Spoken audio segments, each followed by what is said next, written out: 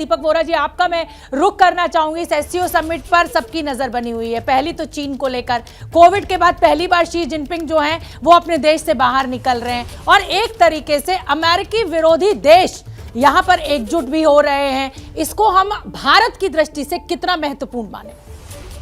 आभारी हूं कि आपने ये मौका दिया है आपके शानदार चैनल पर आपके साथ शामिल होने का। आपसे बहुत कुछ सीखूंगा और जो बाकी आपके विशेषज्ञ हैं। बहुत अच्छा लगा कि आप बात कर रहे हैं उस पत्थर के शहर की जिसका नाम समरकंद है। और आज का दिन मैं जितने इंजीनियर्स ये प्रोग्राम देख रहे हैं सबको मुबारक देता हूं, क्योंकि आज इंजीनियर्स का दिन है। आज जन्मदिन है भारत रत्न मोक्षगुंडम विश्वेश्वरैया का। और इंजीनियर्स की बहुत महत्वपूर्ण भूमिका रही है हमारे बायलैटरल रिलेशन सेंट्रल एशिया के साथ। आपने कहा किस तरह से इस समिट को मैं देख रहा हूँ जो अभी होने जा रहा है। सबसे पहली चीज़ तो यह है मैम कि जो मेंबर्स हैं एससीओ के, शंघाई कोऑपरेशन ऑर्गेनाइजेशन के, सबकी अपनी अंदरूनी ज़बरदस्त समस्याएं हैं, फ्रिजिलिटी है भारत को छोड़कर। रूस का आप जानते हैं क्या हो रहा है, चीन की तो हालत बहुत ख़राब है, पाकिस्तान तो इतनी नीचे गिर चुका है कि हमको नज़र ही नहीं आता। कज़ाकिस्तान में समस्याएं हुई हैं, उज़्बेकिस्तान में Islamic movement of Islamist Uzbekistan तंग कर रही है, ताजिकिस्तान में इधर उधर आतंक से सब जूझ रहे हैं। तो इनके लिए एक भरोसेमंद मित्र कौन है? एंड प्लीज़ मैं इसको बड़े हल्के से कहना चाहता हूँ, इनका सबसे रिलायबल ट्रस्टवर्दी दोस्त जो है उसका नाम है भारत। ये चीन को टॉलरेट ज़रूर करते हैं लेकिन उस पर भरोसा नहीं करते। ताजिकिस्तान से पूछिए, बताएगा उसकी कितनी ज़मीन हड़प कर चुका है चीन। रूस के साथ इनके जो संबंध हैं वो सोवियत संघ का जो इतिहास है अभी तक इनके मन में है और वो कुछ उसका कलर इस पे ज़रूर पड़ता है। इसीलिए जो आपने शुरू में कहा था और मैं आपको मुबारक देता हूं कि Narendra Modi is the star of the show. सब देख रहे हैं कि ये क्या करेंगे, किससे बातचीत करेंगे। This is going to be India summit.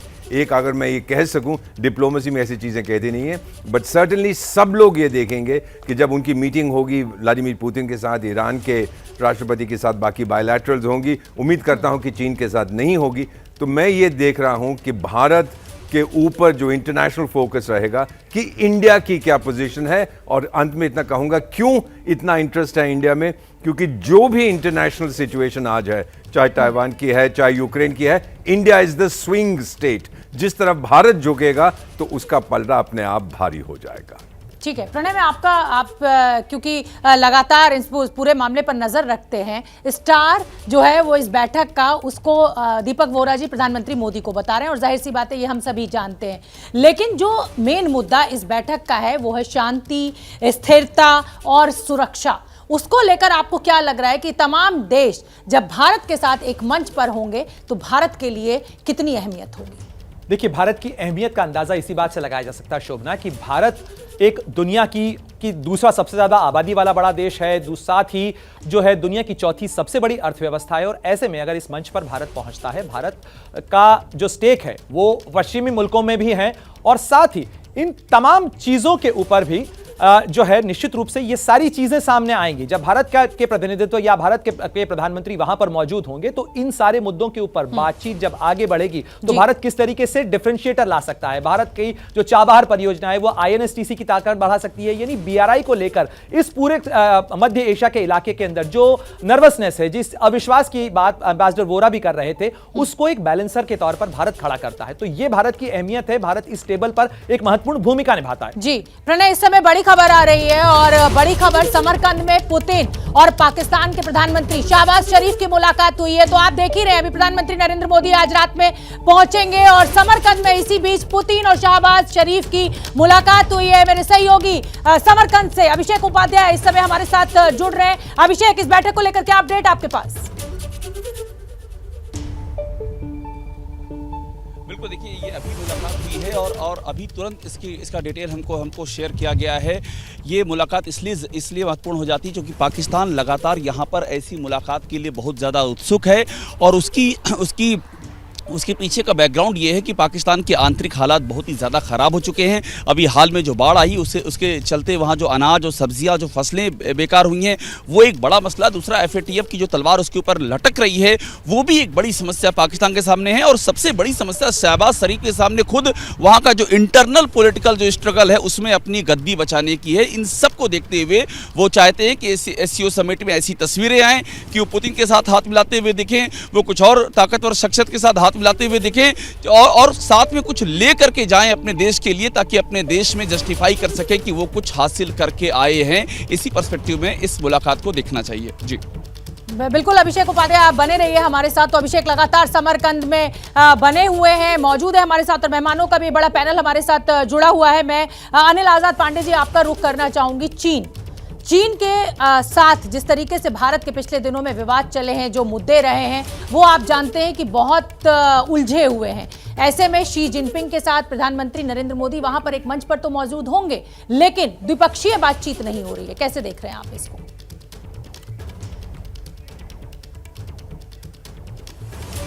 शोभना जी, मुझे आपका सवाल ठीक से नहीं सुनाई दिया, शायद सिग्नल प्रॉब्लम थी शायद। लेकिन आप ये कहना चाहती हैं कि भारत चीन के रिश्ते हैं, या फिर आप पूछना चाहती हैं कि शायद मोदी और शी जिनपिंग की मुलाकात नहीं होने वाली है? शायद आपने ये कुछ पूछना चाहा है। जी जी।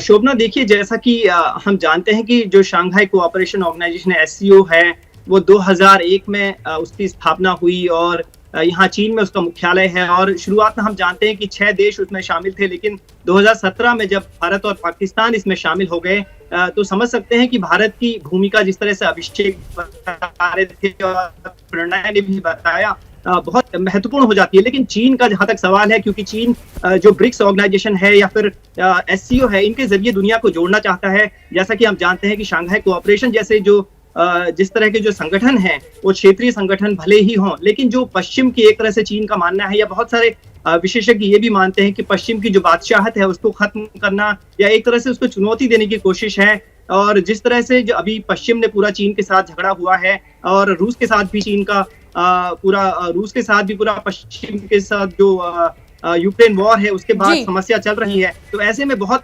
जरूरी है कि जो चीन और रूस हैं और फिर भारत की जो यहाँ पर भूमिका है बहुत खास होने वाली है। क्योंकि भारत ने जिस तरह का रुख रूस और यूक्रेन वॉर के बाद दिखाया है, और उसके बाद चीन में यहाँ पर विशेषज्ञ बार बार कहने लगे हैं कि जो भारत जो है वो चीन के साथ, या एक तरह से उनका कहना है कि अमेरिका का पिछला अनिल आजाद जी, मैं लौटूंगा आपके पास में, लेकिन आपको बता दें इस वक्त की एक बड़ी खबर। और ये जो तस्वीरें आप स्क्रीन पर देख रहे हैं, ये एक्सक्लूसिव तस्वीरें आप एबीपी न्यूज पर देख रहे हैं, ये उस मुलाकात की तस्वीरें हैं जब पाकिस्तान के प्रधानमंत्री शहबाज शरीफ और रूस के राष्ट्रपति व्लादिमीर पुतिन की मुलाकात हुई।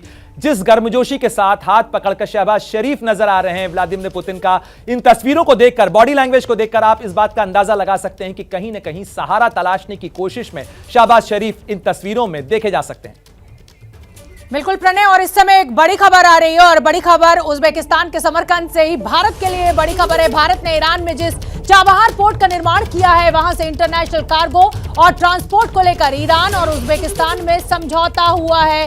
वो चाबहार पोर्ट जिसका निर्माण भारत ने किया है, वहां से इंटरनेशनल कार्गो और ट्रांसपोर्ट को लेकर ईरान और उज्बेकिस्तान में समझौता हुआ है। अगर चाबहार पोर्ट के रास्ते मध्य एशिया के देश कारोबार करेंगे तो इससे भारत और ईरान दोनों को ही फायदा होगा, और दूसरे देश भी इस रूट से व्यापार करने में दिलचस्पी दिखाएंगे। तो प्रणय बहुत अहम हो जाता है, शोभना बहुत महत्वपूर्ण हो जाता है, और ये भारत की ही ताकत है, क्योंकि ये भारत का प्रस्ताव था कि चाबहार पोर्ट को उज्बेकिस्तान के ड्राई पोर्ट से जोड़ा जाए ताकि ये INSTC से जुड़ जाए। और अब आपको बताते हैं कि क्या अहमियत है SCO की। SCO की ताकत क्या है? SCO की ताकत है कि इसके अंदर 4 न्यूक्लियर वेपन स्टेट हैं, भारत, रूस, चीन और पाकिस्तान। ये वो 4 देश हैं जो SCO के मेंबर भी हैं, उसके सदस्य हैं, और इनके पास परमाणु हथियार हैं। यानी 4 न्यूक्लियर पावर स्टेट इस देश के हैं। और ये जो 4 तस्वीरें आप देख रहे हैं, ये 4 उन नेताओं की तस्वीरें हैं। प्रधानमंत्री मोदी की तस्वीर आप देख रहे हैं, चीन के राष्ट्रपति शी जिनपिंग की तस्वीर आप देख रहे हैं, साथ ही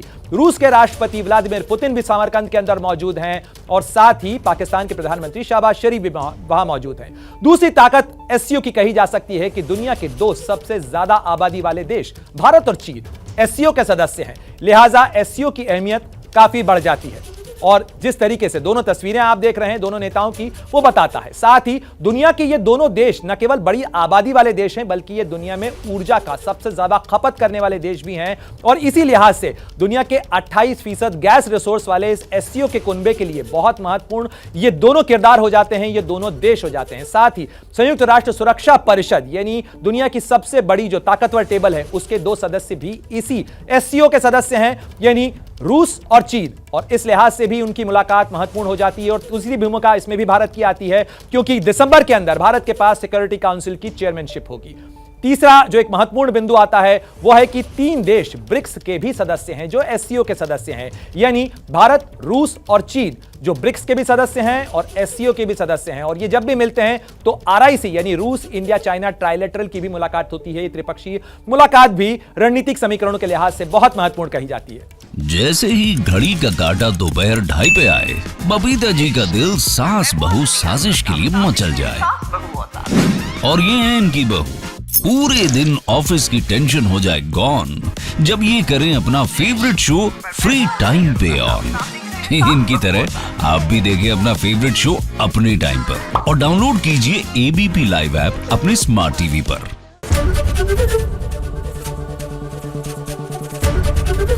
एबीपी न्यूज आपको रखे आगे।